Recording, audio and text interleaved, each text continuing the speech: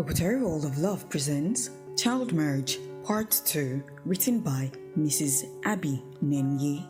Jamila was barely 12 years old when she had just seen her first period in the past month.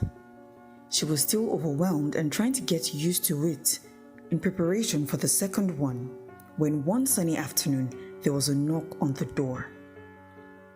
As she went to open the door, she saw some strange faces. One of them was a young man in his early 30s, smiling down at her.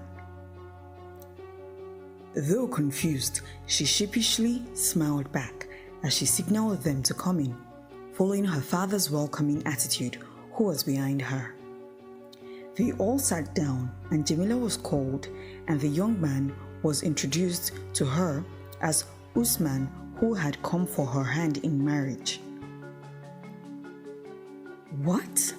She looked at all of them, confused, with millions of thoughts running through her mind.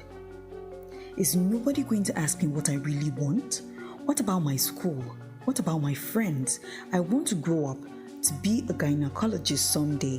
What will happen to my dream? Will my friends still come around to visit me? I am just a child, for God's sake. Even my body is not ready for this. Her father kept calling her, but she did not answer as she was lost in thoughts. Finally, he tapped her and she came back to her new reality in a shock. He then asked her to go into the house and start preparing, that their in-laws will come to take her in a week's time. Like Jamila, most children are caught in their prime.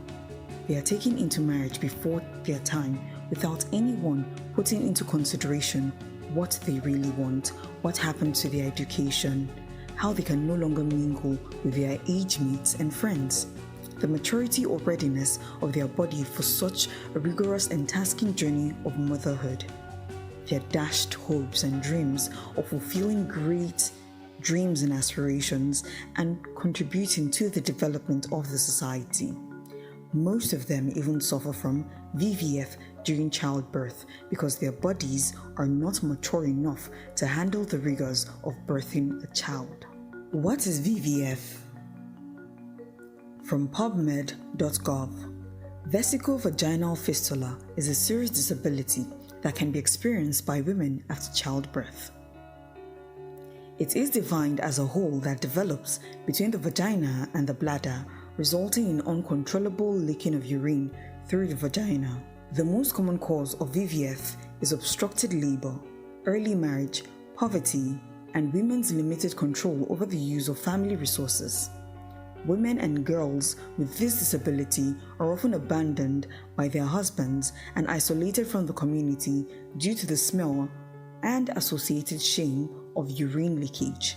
Though the condition can be corrected, it requires surgery and leaves a lasting stigma.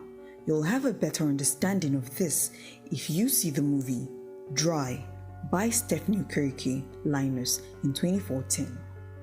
To put an end to this horror, let us all join hands to create awareness, even in the littlest way we can, in order to stop child marriage and the shattered dreams of majorly female children, as they seem to be the victims in this situation. With love, from Abby's desk and Obitary World of Love. Say no to child marriage. Save our children.